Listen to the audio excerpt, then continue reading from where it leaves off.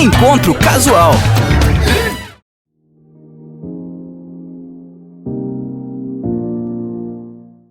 Olá, seja bem-vindo, bem-vinda. Estamos iniciando mais um Encontro Casual aqui na Unijuí FM. Antes de eu apresentar aqui o nosso convidado, eu quero que você compartilhe esse vídeo, se inscreva em nosso canal para fortalecer justamente as histórias que são contadas aqui, além dos outros conteúdos da Unijuí FM. Dito isso, vamos lá. Ele é um empresário e se dedica há muito tempo a ser professor de uma das principais escolas de idioma. Eu converso a partir de agora com o professor Roberto Omrich.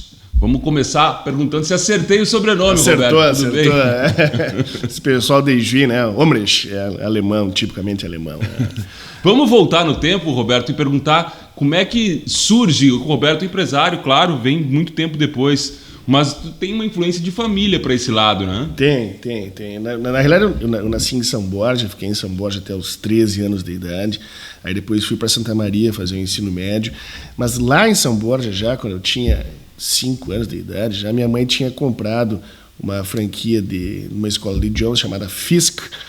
E eu comecei a estudar lá, depois terminei em Santa Maria, no IASG. Aí já não era da minha mãe, tinha que pagar.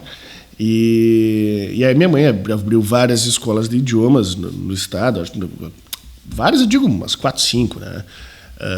Entre elas Santo Ângelo e Ijuí. E aí quando eu termino o ensino médio em Ijuí, em Santa Maria, eu vim para Ijuí para fazer Direito na Unijuí.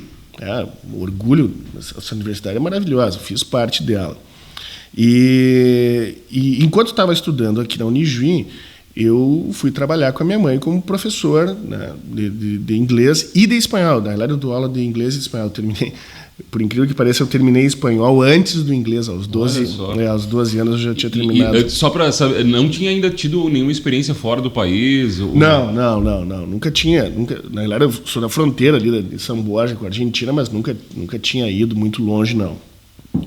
Aí comecei a dar aula em Santo Ângelo e Ijuí, e fazendo as minhas aulas aqui na Unijuí de Direito. Aí depois, quando eu tinha 21 anos de idade, fui para Londres, fiquei um tempo em Londres. Depois, quando voltei de Londres, fui alguns anos lá, quando voltei de Londres fui a Fortaleza, no Ceará, e aí fui fazer criação de camarão e tanque lá, com 2 britânicos amigos meus. Na volta, aí, bom, depois de 1 ano e meio em Fortaleza, no Ceará, meus amigos resolveram seguir empreendendo na Europa e queriam que eu fosse junto com eles. Eu digo, não, eu quero voltar para minha terra agora e quero por lá ficar. E não sabia se eu ia focar no direito ou o que eu ia fazer. E aí decidi abrir uma escola de idiomas. Mas eu ia abrir em Porto Alegre. Mas numa dessas voltas eu passo por Ijuí e acabei me apaixonando. Depois acabei casando com uma ijuiense. Apaixonando literalmente. Literalmente. Caso com uma ijuiense e acabei resolvendo empreender por aqui. E aí abri uma escola de idiomas em cima das lojas Teva, ali na Praça da República. Essa era uma bandeira branca, era uma marca criada por mim.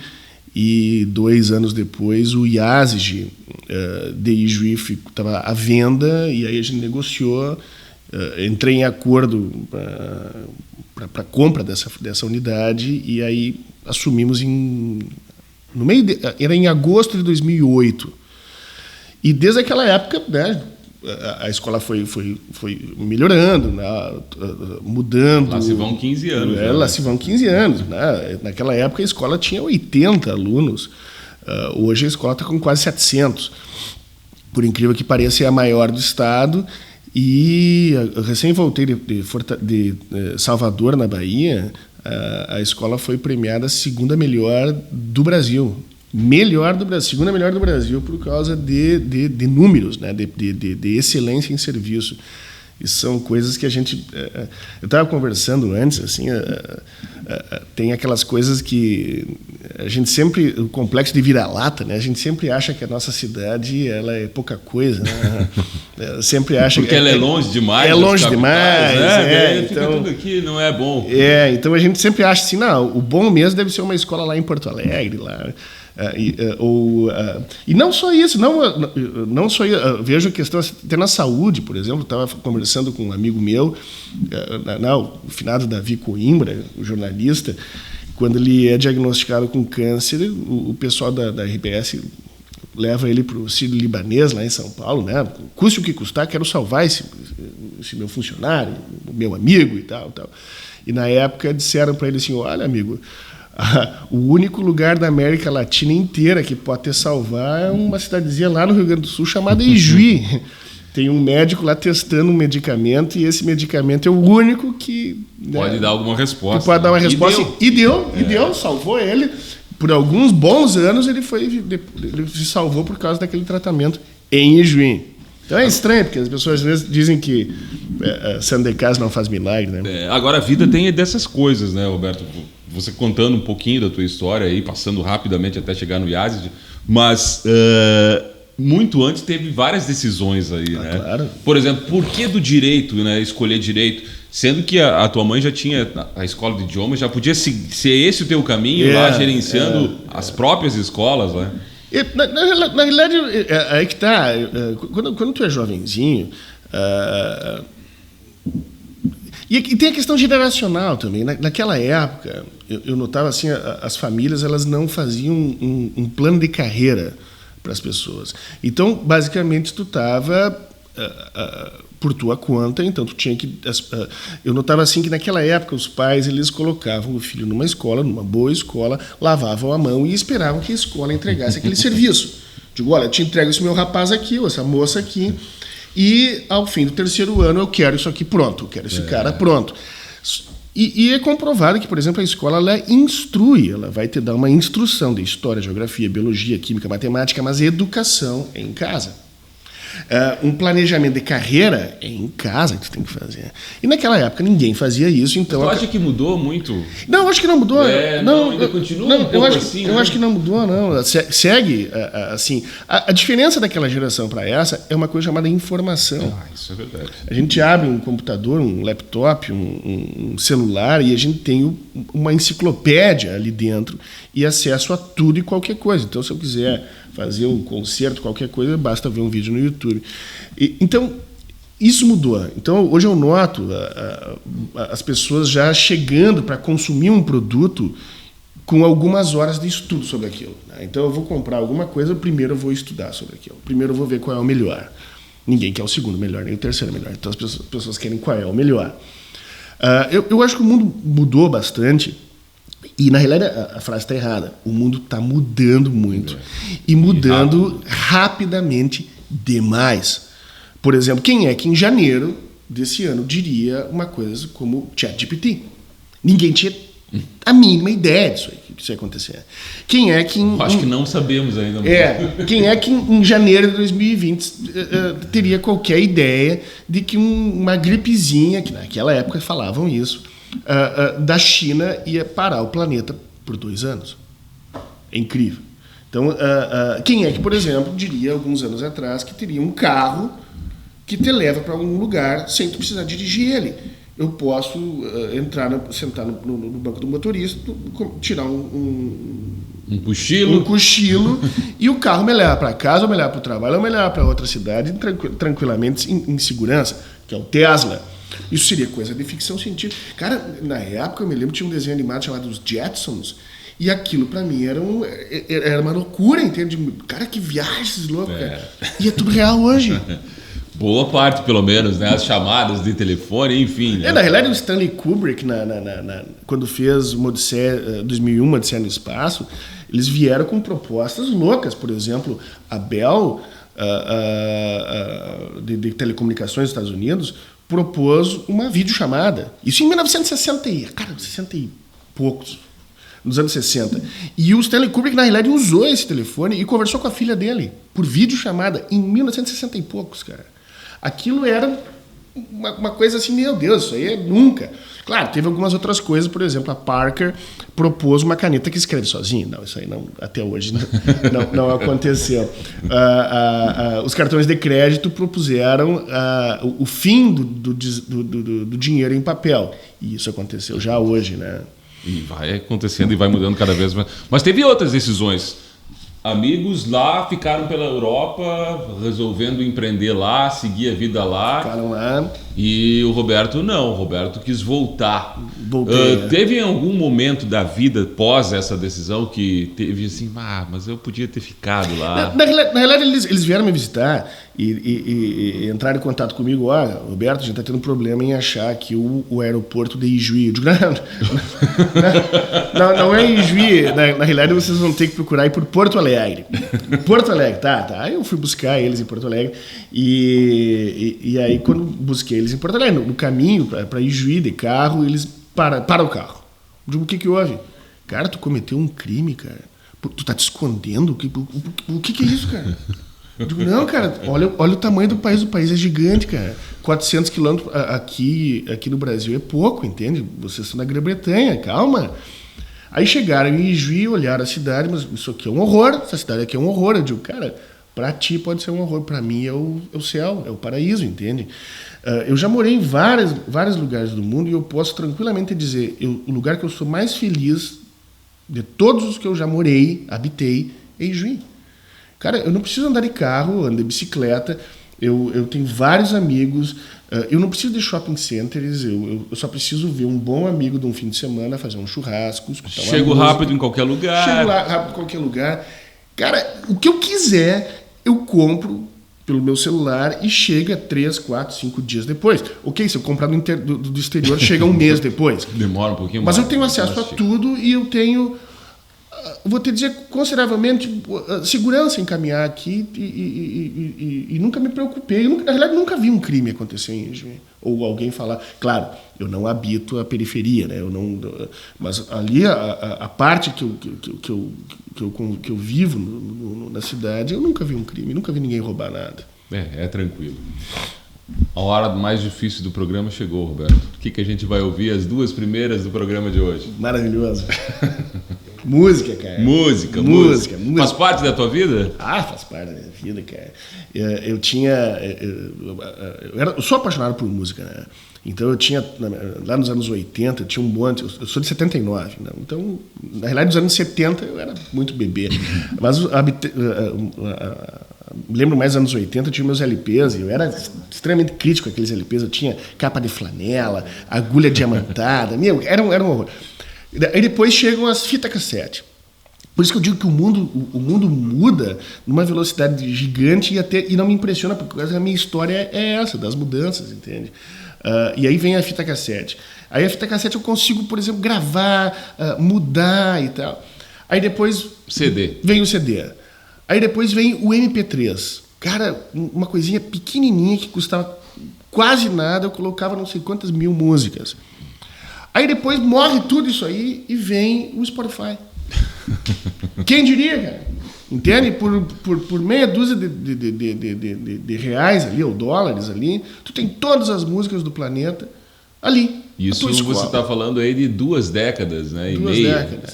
E isso é apavorante por o seguinte, assim, ó, as mudanças acontecem, não importa o que tu faça, a mudança nunca vai ser por aquele que lidera o mercado. É o outro. Então, quem inventou a fita cassete não é o pessoal da LP. Quem inventou o MP3 não é o pessoal da fita cassete. E quem inventou o Spotify não era o pessoal da MP3. Entende? Então, assim, ó, qual é o fantasma que tá me perseguindo e que vai me substituir um dia? Então, por isso que eu digo assim, ó, uma empresa, se ela quiser ser eterna, ela precisa morrer um pouco todos os dias. Quando eu digo morrer um pouco todos os dias, ela precisa trocar aquilo que ela faz tradicionalmente um pouquinho cada dia. Então, tu precisa te adaptar ao mundo que está acontecendo hoje, né? Uma coisa chamada globalização. E é rápido. Diga lá as 2 primeiras que a gente vai ouvir, Roberto. Bom, na realidade eu tive um sufoco para escolher algumas músicas, né? Mas por exemplo, assim, o meu artista favorito é Bob Dylan. Bob Dylan, para mim, é a vida e mais um pouco, cara. Eu acho que Things Have Changed diz muito sobre o que eu vivi, estou vivendo e ainda vou viver. Eu acho que é um cara maravilhoso. O cara ganhou Prêmio Nobel, o cara ganhou inúmeros Grammy. Até Oscar o cara ganhou. Com esse filme, com essa música, Things Have Changed, tema do filme Wonder Boys, ele ganhou o Oscar. Ele é uma imagina tu pegar um cara que ganhou Oscar, Grammy e ainda Prêmio Nobel. Não sei se existe outro cara. Acho que não. E a letra dele, cara, se tu vai analisar a letra de tudo aquilo que ele compõe. Bom, John Lennon dizia, Bono Vox do U2, que quando estão com um problema para compor, é só escutar um pouco de Bob Dylan e que a inspiração vem, né? Vem a inspiração, ajuda eles a isso. E a outra pode ser uma música francesa, Zaz, de Zaz. Olha só. É o nosso convidado aqui, o empresário, o professor Roberto Omrich, que está conosco aqui no Encontro Casual. A gente vai fazer um lanchinho, uma paradinha aqui, com gentileza da Sabor da Praça, e depois voltamos com mais bate-papo no Encontro Casual.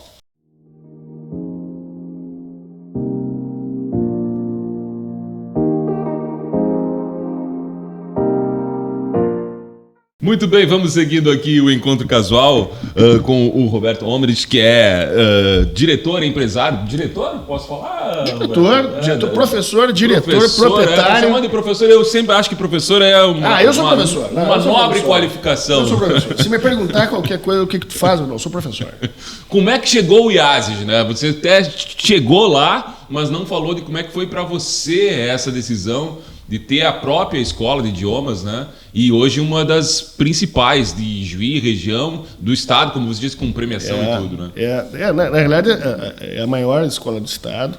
E recém voltei de Salvador, na Bahia, e recebemos um prêmio de segunda melhor escola do Brasil, né, do IASD. Por causa do programa de excelência, então os números entregues, a satisfação dos clientes e tal. Aqui de Juí, né? Então a maior e melhor escola não está em Porto Alegre, não está em Caxias, não é lá que tu vai procurar, é isso aí aqui em Juí, né? Mas faz sentido, né? Capital mundial das etnias. É verdade.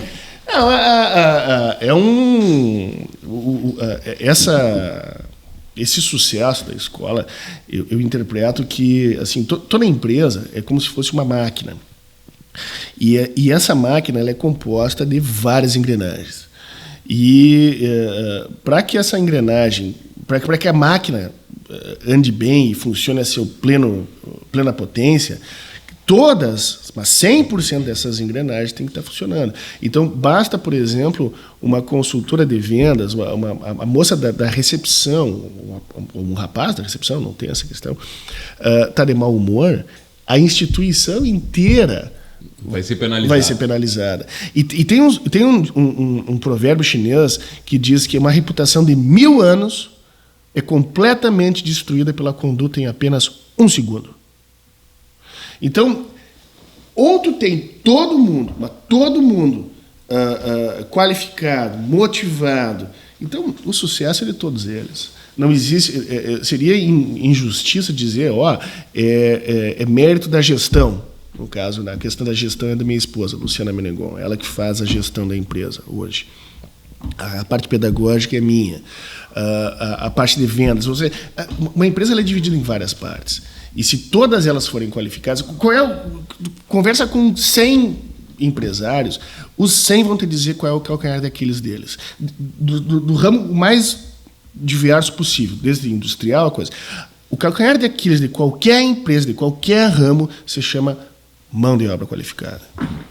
Mão de obra qualificada. E aí, então, assim, todo mundo vai dizer que falta. E não passa por essa questão que você falou aqui de motivação, né? Porque como motivar num mundo que muda rápido, as pessoas têm suas próprias histórias, angústias, lá às vezes não tem nada a ver com o trabalho, mas no trabalho ela tem que chegar e realmente, quanto mais motivada, melhor vai desempenhar. Como motivar, Roberto? Eu costumo dizer que as empresas, em geral, elas, o teu tempo, né? O tempo é a coisa principal.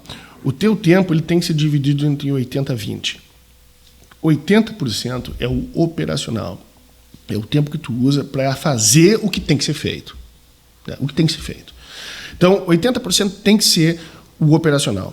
Mas esses 20% é a parte-chave. A maioria das pessoas usa 100% para o operacional. É aquela história de comer a cola, correr atrás da máquina, entende? A pessoa faz por quê? Não sabe por quê. Ela faz porque ela precisa sobreviver. Ela repete. Ela acorda naquele horário por quê? Faz aquilo por quê? Não sabe. Ela faz porque tem que sobreviver, tem que conseguir dinheiro, Na realidade, 20% do tempo, se tu conseguir, é o tempo de tu dar um passo para trás e observa o teu próprio negócio. E questiona, por quê? Por que eu faço isso? E por que eu faço dessa forma? Existe uma maneira melhor de fazer? Tem como melhorar? Tem como... E a resposta é sim, sempre. Sempre. O ser humano ele é ambicioso. O que é? É diferente. Ganância é tu querer a qualquer custo. Não, isso é diferente, isso é um problema. A ambição é o que fez o ser humano inventar a roda. Progredir, né? O que é a ambição? Isso é natural de todo ser humano. Tu quer mais daquilo que tem e tu quer melhor daquilo que tem e daquilo que pode. Se eu tenho uma casinha pequenininha, simples, eu quero uma melhor, maior. Se eu tenho um carro com problemas, já está velhinho aquele meu carro, eu quero um carro melhor. Isso é ambição, isso é natural do ser humano. Então, só que às vezes a gente entra num ciclo de que a gente não enxerga mais aquilo e aí tu não está vivendo mais, tu está sobrevivendo. Eu preciso pagar a conta no fim do mês. Eu já tô com a minha conta estourada. Aí vem a questão da irresponsabilidade fiscal. Eu tô com a minha conta estourada no banco. Então, a gente já não consegue mais fazer... O sapato vai apertando. O sapato vai apertando. Tu não consegue mais tirar aquele 20% para observar o teu próprio negócio e tu acaba entrando numa cegueira. E é que nem o cachorro perseguindo a própria cola. Entende? Tu vai, e aquilo nunca termina.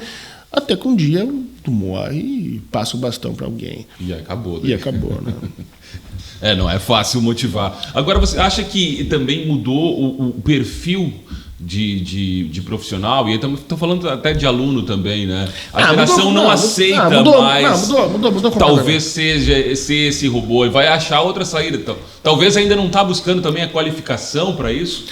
Mudou. Mas não aceita mais esse processo, né, Roberto? Mudou completamente. Primeiro o seguinte, assim, o porquê de eu existir? Por que as escolas de idiomas existem? Elas existem por um fracasso das escolas regulares. Então, porque as escolas regulares elas fracassam nesse quesito, então as escolas de idiomas elas existem. Porque existe um problema e a iniciativa privada percebe esse problema, ela vai lá e monta um negócio para aquele produto dela solucionar esse problema e em troca disso ganhar dinheiro. Por que os teus avós, por exemplo, iam para a escola? Por que razão eles iam para a escola? Porque o analfabeto tinha problema de conseguir trabalho. Por que os teus pais foram para a universidade? Não, porque não adiantava tu só saber ler e escrever ou ter o ensino médio completo. Tu precisava agora de um curso superior, tu precisava de um diploma. Com o diploma é uma garantia de tu ter agora um trabalho. Por que essa geração já não adianta mais ir para o colégio, já não adianta mais ir só para a universidade, eles estão procurando falar inglês? Bom, por causa de uma coisa chamada globalização. Há um bom tempo atrás, 30 anos atrás, quando eu comecei a trabalhar com isso, as pessoas procuravam o inglês, e não era só o inglês, era inglês, francês, italiano, alemão, elas procuravam uma outra língua para pintar o currículo. Entende? Então, eu tenho noções de uma outra língua. É um bordado. Então, entre o Joãozinho e a Maria, eu vou contratar a Maria, porque a Maria tem noções de uma outra língua. Então, aquilo era para pintar o currículo. E as pessoas começavam a se mexer quando tinham 15, 16 anos, talvez 20 e poucos anos. Ok? Hoje, tem uma coisa chamada globalização, e se eu falo inglês, eu posso exercer a minha profissão em qualquer lugar do planeta. E se eu falo inglês, eu posso ir para a universidade em qualquer lugar do planeta. Olha que estranho que eu estou dizendo. Qualquer lugar do planeta. A Universidade de Engenharia de Tóquio, no Japão, é a melhor do mundo. Só que a aula não é em japonês. Ela é em inglês.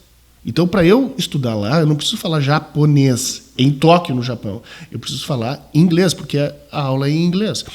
A principal universidade da Itália é o Instituto Politécnico de Milão. A aula não é em italiano.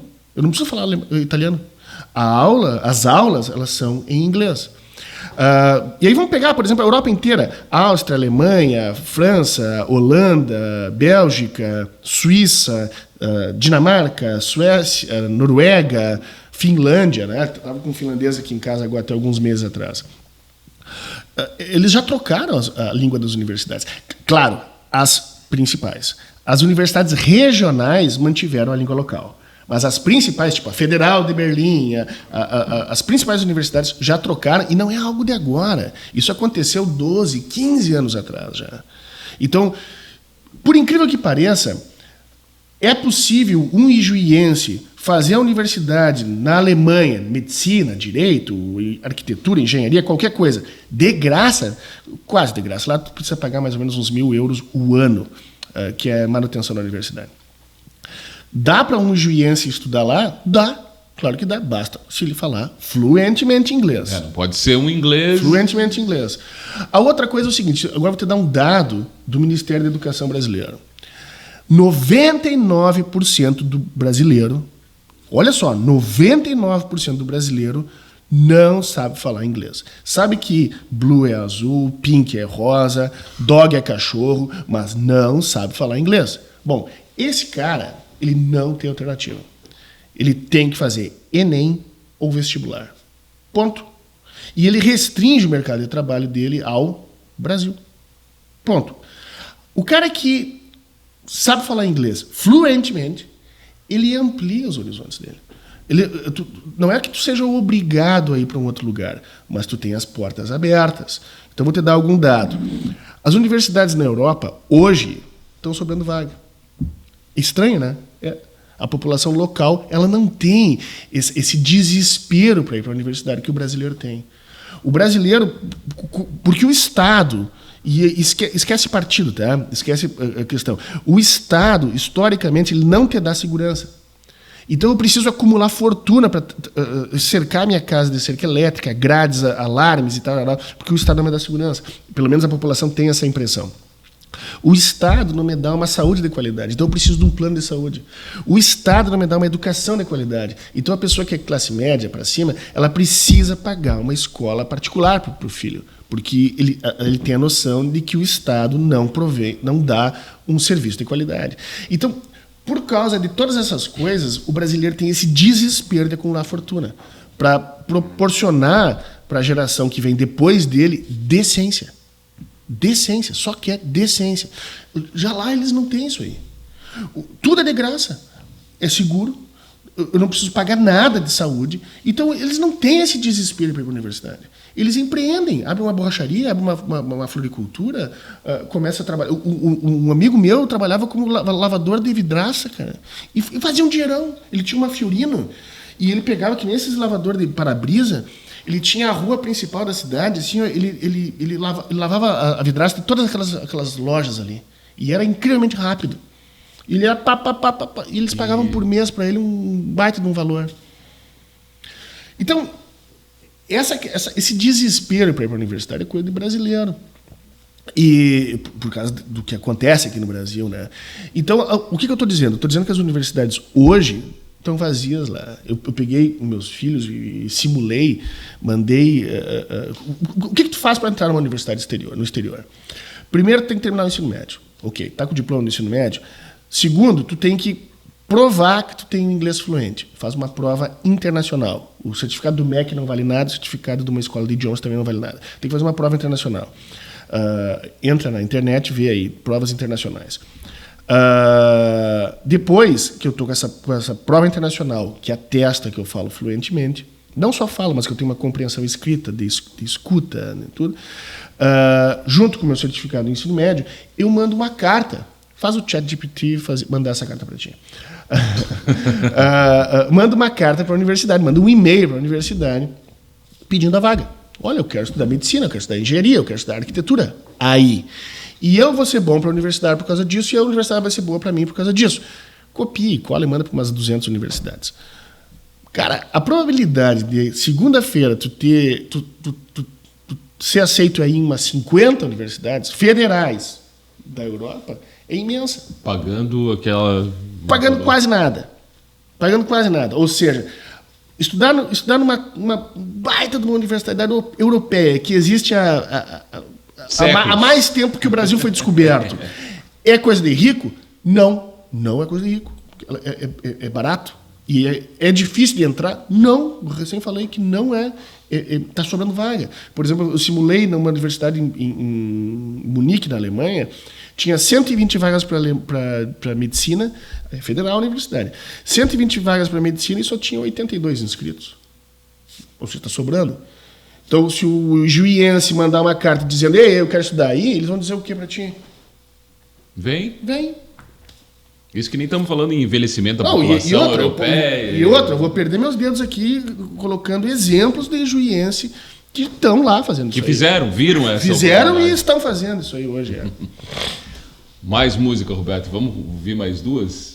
Vamos. O que a gente ouve aí? Pode ser... Vocês escolhem, podem colocar. Eu mandei uma lista para vocês. Mas, eu gosto... Na realidade, eu tive um sufoco para escolher. Pode ser Mastancelli. Mastancelli foi uma música que fez causou bastante... Marcou a minha vida quando eu morava na Inglaterra.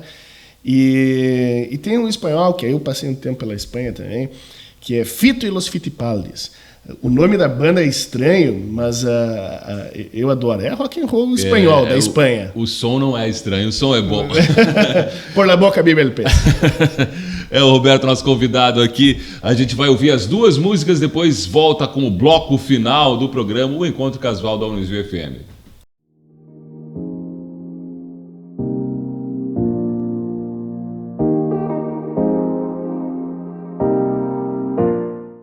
Depois do intervalo, nós voltamos e seguimos aqui no YouTube conversando com o nosso convidado de hoje, o Roberto Homrich, que é diretor, professor lá do IASIG. Roberto, vamos falar um pouquinho dessas transformações que estão acontecendo. Mudou também o perfil da busca pela escola de idiomas, no sentido de que o que leva as pessoas hoje é diferente de quando você começou lá 15 anos atrás? Claro, mudou completamente. Naquela época, as pessoas queriam qualificar o currículo, né? Hoje, as pessoas elas querem poder viajar para o exterior, fazer turismo e não se sentir um alienígena quando viaja. As pessoas querem, por exemplo, eu vejo pais levando crianças com 2 anos de idade, entende? Eu digo, não, meu senhor, pelo amor de Deus, com fralda? Não, né? Não, com fralda não, né? Com fralda não dá. Como é que eu vou trocar a fralda da sua filha, do seu filho? Não dá. Mas quanto mais cedo, melhor. Isso é claro, verdade, né? Quanto mais cedo, melhor. Espera um ano. Cara, a partir de 3 anos e meio já dá. Por quê? E aí a resposta dos pais, não, mas o Joãozinho e a Mariazinha já sabe as cores em inglês, já sabe os animais em inglês, eu já estou ensinando em casa.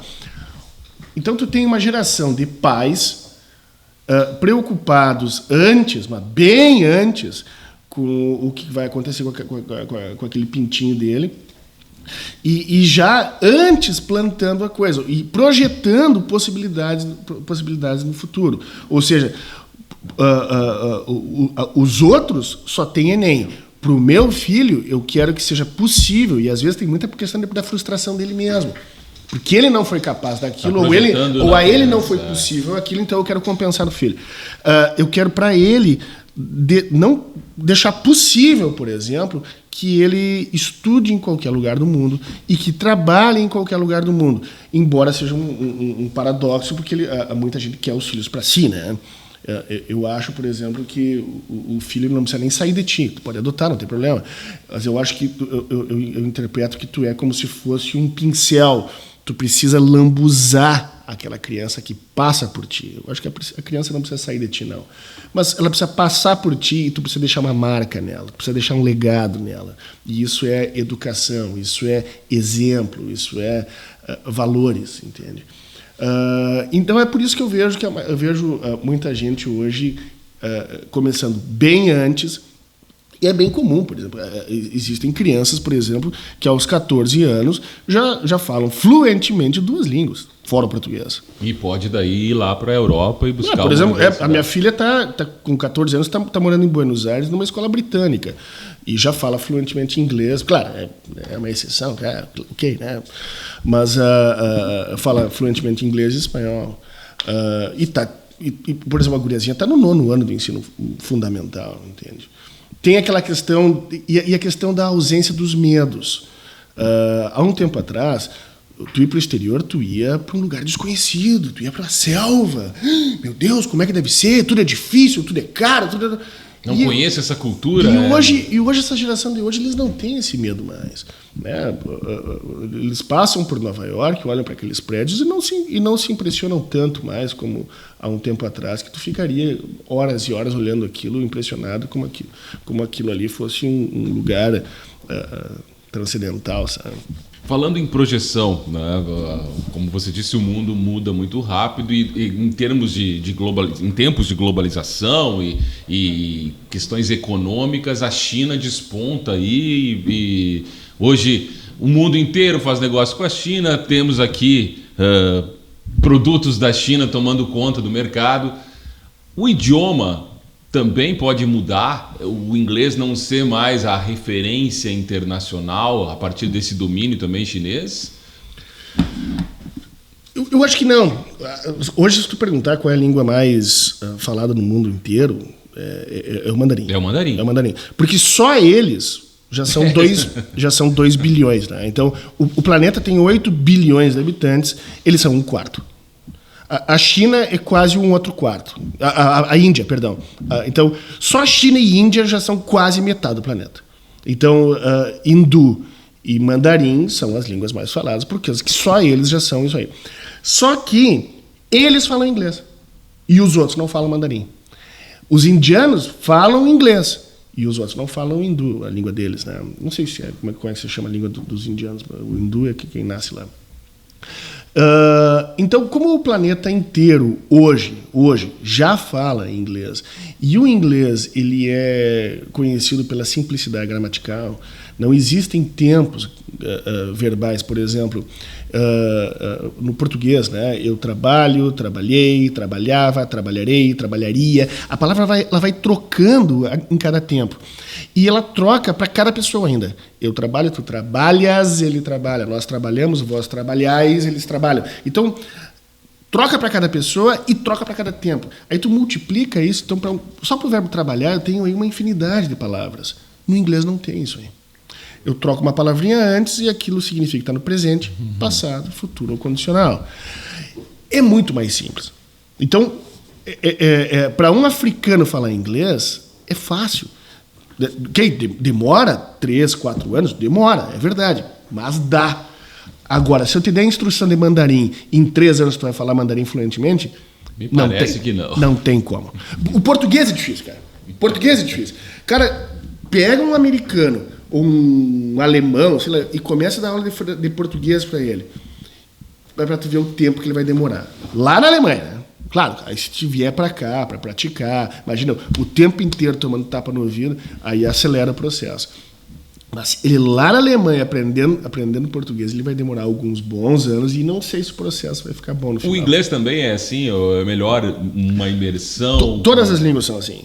Por que, por exemplo, imagina um casal, tá? Vamos imaginar um casal. Um casal com uma criancinha de 5 anos. Tá? Se tu for para a França, tu não precisa nem dar aula para essa criança. Em 1 ano, essa criança está falando francês fluentemente. Porque a cabeça de uma criança é como se fosse uma esponja. Eu digo que a cabeça de uma criança ela é uma Ferrari. E depende dos pais para onde eu direciono essa Ferrari. Se eu direcionar essa Ferrari para o sucesso, se eu instruir ela, se eu começar a ensinar inglês, francês, robótica, informática, essa Ferrari vai para o sucesso numa velocidade que uma Ferrari vai.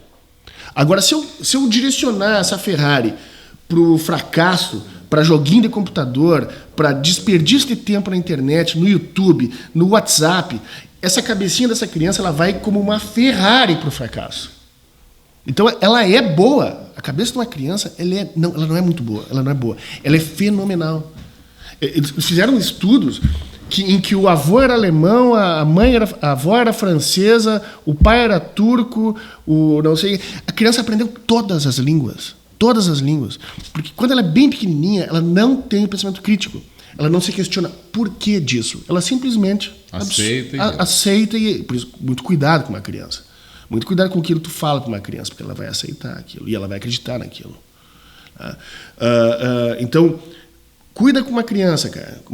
A cabecinha dela, ela é uma Ferrari. Direciona ela para a coisa certa, cara. Porque se tu direcionar para lá, para o outro lado, ela vai como uma Ferrari para o fracasso, para o precipício, para a depressão. E aí tu vê os resultados que estão acontecendo hoje. Roberto, chegou a hora de um outro momento importante aqui no programa, que é o quadro existencial, né? Perguntas mais complexas, né? Do tipo, o que é a vida, que fecha a série, inclusive, para respostas mais curtas. Vamos fazer? Claro que sim. Qual é o maior sonho atual do Roberto? Eu vou te dizer o seguinte, assim, eu divido a minha vida entre antes de ter filhos e depois de ter filhos. Antes de ter filhos, eu me enxergava como um indivíduo. Eu queria coisas para mim. Eu queria eu ter, eu queria eu poder, eu queria eu ser.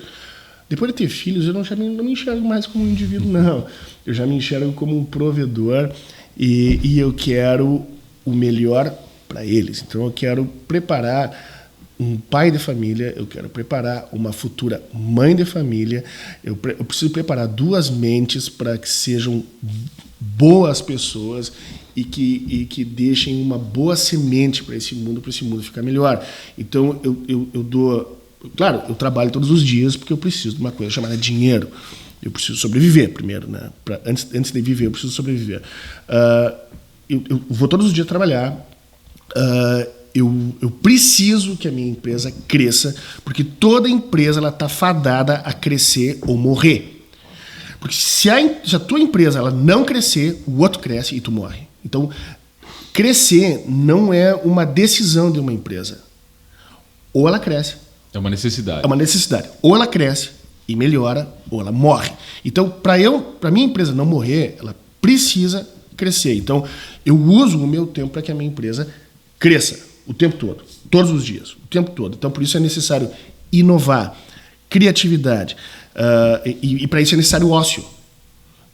É do ócio que vem a criatividade e a inovação. Então, hoje a gente está vivendo uma crise de criatividade e inovação porque as pessoas estão o tempo todo se entretendo numa tela e elas fogem como o diabo da cruz de uma coisa chamada ócio. E por isso a gente tem esse problema de criatividade e inovação. Eu vivo para que a minha empresa cresça e melhore. Né? Hoje fomos premiados como segunda melhor escola do Brasil, mas dá para crescer e dá para melhorar sempre. Dá para ser a primeira, né? E o principal, a número 1 depois disso, né, é preparar essas duas cabecinhas para que eles sejam dois grandes indivíduos, duas pessoas que principalmente tenham uma cabeça legal para serem bons pais e deixarem um bom legado para esse planeta. Porque o tempo é rápido, né? Nós vamos tudo virar poeira. A segunda vai ser mais fácil, quase já sei a resposta. Qual é a coisa mais bonita que o Roberto já viveu? Coisa mais bonita que eu já vivi? Eu acho que cada dia é uma benção. Né? Eu acho que todo dia tu acordar e olhar para tudo que está ao redor. Eu acho esse planeta... Na realidade, esse planeta ele é o inferno e o céu ao mesmo tempo. Tem pessoas vivendo o inferno aqui, tem pessoas vivendo o paraíso aqui.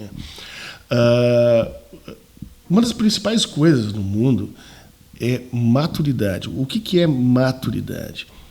É o número de experiências que tu teve na vida e o que tu aprendeu com cada uma delas. Então, né, para aprender, eu tenho que errar, eu tenho que tropeçar. Então, eu acho que... Por que a gente está nesse planeta aqui? Porque eu não sou religioso, né? Eu não sigo nenhuma religião. Eu fui batizado na igreja luterana e tal, eu frequentei muito a igreja luterana, mas hoje não sou tão religioso, não. Converso com o divino, cada um chama o divino do que quer, eu chamo de pai, né? Eu acho que a gente está aqui nesse lugar para se tornar pessoas melhores cada dia que passa. Por exemplo, os egípcios, eles acreditavam, mas os egípcios, os construtores da pirâmide, não os que hoje estão lá, os árabes, né? Os egípcios, eles interpretavam que quando tu morria, tu chegava num lugar e duas perguntas eram feitas para ti. Uma é a tua vida, na tua vida, tu conseguiu felicidade? Tu atingiu felicidade na tua vida? E essa resposta, a maioria das pessoas diziam que sim. Mas essa pergunta, né? A segunda pergunta era que intrigava.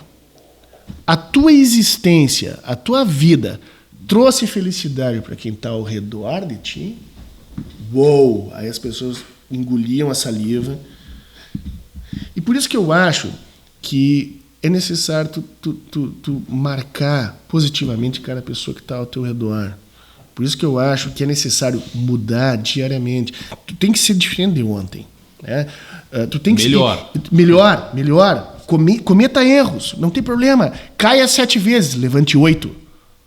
Cometa erros, não tem problema. Erro faz parte dessa vida. Levante 8, se recupere e melhore e aprimore. Né? Te machucou ali, não faz mais aquilo. Meu pai dizia o seguinte, assim, ó, mas na realidade ele deve ter, depois eu descobri que ele copiou isso de Otto von Bismarck, que era um grande da Alemanha, lá, da Prússia, eu acho. Ele dizia o seguinte: tem 3 tipos de pessoas nesse mundo. Existem os inteligentes que aprendem com o erro do outro. Escuta, usa a empatia, tenta calçar o sapato do cara, olha a situação que eu me ferrei aqui e aprende a lição. Existe o burro, que precisa ele sentir a consequência daquele erro, então ele precisa ele cometer o erro. E existe o que não aprende. O complexo Gabriela. Eu nasci assim, serei sempre assim, Gabriela. Vou morrer assim. Vou morrer assim. Então, a coisa mais maravilhosa que eu diria é o seguinte, assim, provavelmente tu ia pensar que eu diria que a coisa mais maravilhosa são meus filhos. Eles não são meus. Não, eles não são meus. Como eu disse, eu não acho que filho precisa sair de ti, ele precisa passar por ti, eu preciso lambuzar eles. Eles são do mundo. Eu diria que a coisa mais maravilhosa que existe é o tempo. O tempo. Porque o tempo é a única coisa... ele é perecível, ele é contado, ele não volta atrás. Na realidade, a ponto eu acho que as pessoas deveriam ficar tristes cada vez que completam o aniversário. Porque é um ano a menos. Gastei um ano daqueles poucos que eu tenho. Seguindo o quadro existencial aqui, qual foi a coisa mais triste que o Roberto já viveu? Eu tive bastante tristezas nessa vida. Várias tristezas. Perdi pessoas amadas, perdi meu pai, meu pai já não está conosco mais, e as pessoas são tomadas de nós sem aviso prévio. Né? Aos 9 anos, o meu grande mentor era um tio. Eu tinha 9 anos, ele devia ter uns 20 e poucos. Assim, ele morre de AIDS. Nos anos 80, a AIDS era... Uma sentença de morte. Eu não sei nem o que comparar com hoje, em 2023, mas naquela época a AIDS era um horror. E a pessoa morria aos pouquinhos. Né? Foi terrível, foi terrível. Eu tive muitas dores. Tive o divórcio dos meus pais. Meus pais se divorciaram, eu tinha 9 anos também, né? E deu a coincidência de várias dores no mesmo ano. A minha vida acaba como eu conhecia. Depois, aos 13, meu pai me chuta para Santa Maria e fui morar sozinho em Santa Maria, num apartamento de 3 quartos lá. Eu me lembro que na época eu deixava a televisão ligada para parecer que tinha gente em casa, eu tinha medo de noite. Então, muito cedo, eu morava sozinho. Então, na realidade, o mundo meio me deu um tapa no ouvido e disse assim: vai viver e vai encarar teus medos, entende? Eu cometi vários erros, né? E aprendi. Acho que a grande diferença é o seguinte: assim, todo mundo vai cometer erros. Tive problemas amorosos, tive. Né? Nunca traí ninguém, não.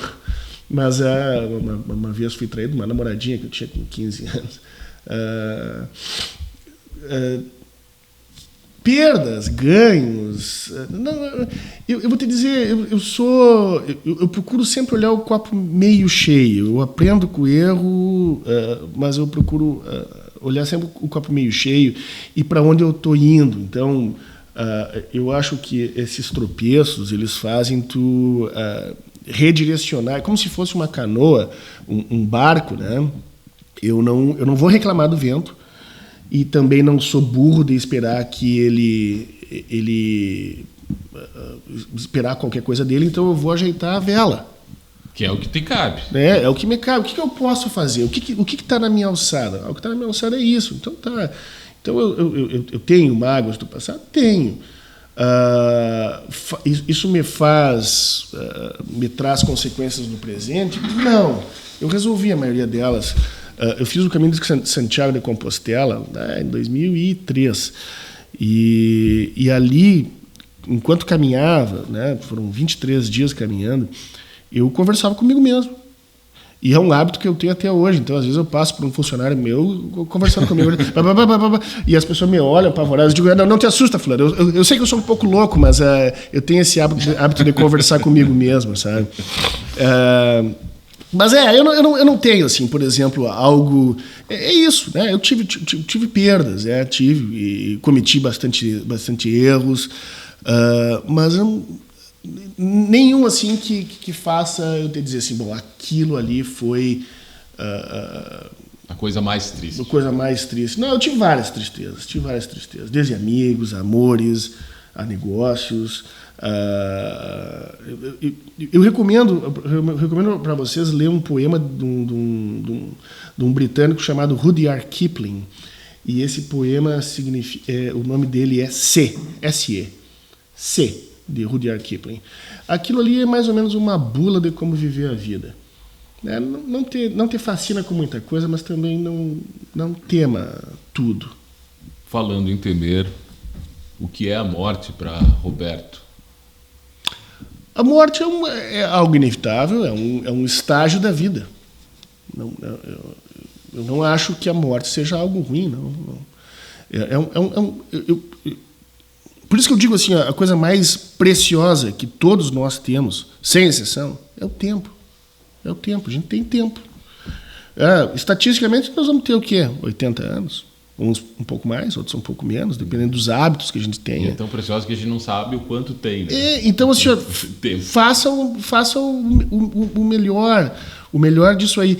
E são vários estágios. Tem nascimento, tem a adolescência, tem o amadurecimento, tem a vida velha, né? E depois tem a morte. É um estágio. É algo que não cabe a ti. Então, por que eu vou perder meu tempo me preocupando com a morte, sendo que eu não tenho poder nenhum sobre ela? E eu acho o seguinte, assim, ó, eu divido a vida em 3 verbos.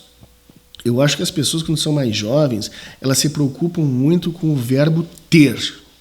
Eu preciso ter uma bicicleta, ter amigos, ter uma namorada, ter carro, ter, sei lá o que, escolha, qualquer coisa. Ter. Principalmente homens, quando chegam aos 50 anos, mais ou menos, eles se importam com o verbo poder.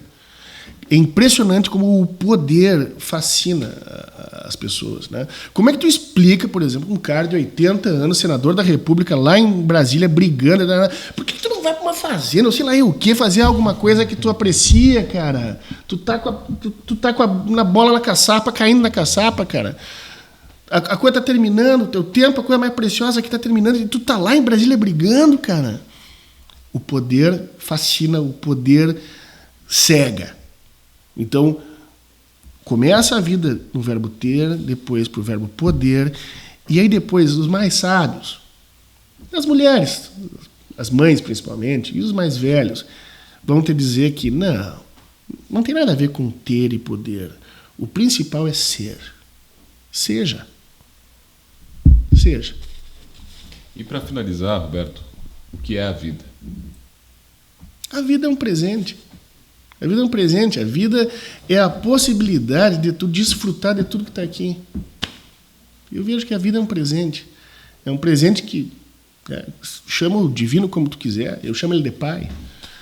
A vida é um presente que meu pai me deu. me propôs, me deu a possibilidade. Por isso, por exemplo, eu me recuso a ir a 2 lugares de novo. Né? Eu tenho contado quantas férias eu vou ter. Meu tempo é precioso, cara. Então, eu vou de novo para aquela praia? Não vou. Cara, olha o tamanho do planeta, cara. Olha o tamanho daquele planeta. Tem cada lugar maravilhoso. E outra coisa, a internet, a informação nos fez possível visualizar aquilo. Ah, cara, eu quero botar na boca aquilo, eu quero tocar naquilo, eu quero escutar aquilo. Quero experienciar. Eu quero ter a experiência daquilo, entende? Tu acha que eu vou comprar uma casa na praia, cara? Nem ganhando a Mega Sena eu não vou comprar uma casa na praia. Não vou, me recuso, cara. Muito bom, esse é o plano que não vamos ter. Roberto, agradecer imensamente aqui a tua presença, foi muito legal conhecer um pouquinho mais da história de um parceiro da gente que está aqui seguidamente na rádio no GFM, mas que a gente não tem acesso a essas histórias, a essas conversas. Tenho certeza que para quem ouviu aqui foi muito legal também conhecer e aprender um pouco contigo e com a tua história. E claro que além de agradecer, quero que você anuncie as 2 últimas do programa, para a gente finalizar com música aqui o Encontro Casual. Bom, as 2 últimas do programa, essas eu deixei umas músicas mais agitadas. Eu deixei Are You Still Having Fun, do Eagle Eye Cherry, e depois um cara que eu admiro bastante, que é um cara chamado Ben Harper, que é Sexual Healing. E assim finalizamos o Encontro Casual desse final de semana. Até o próximo e não se esqueça, compartilhe e se inscreva em nosso canal aqui na Unisg FM. Obrigado, Roberto. Valeu. Obrigado a todos vocês. Obrigado, pessoal.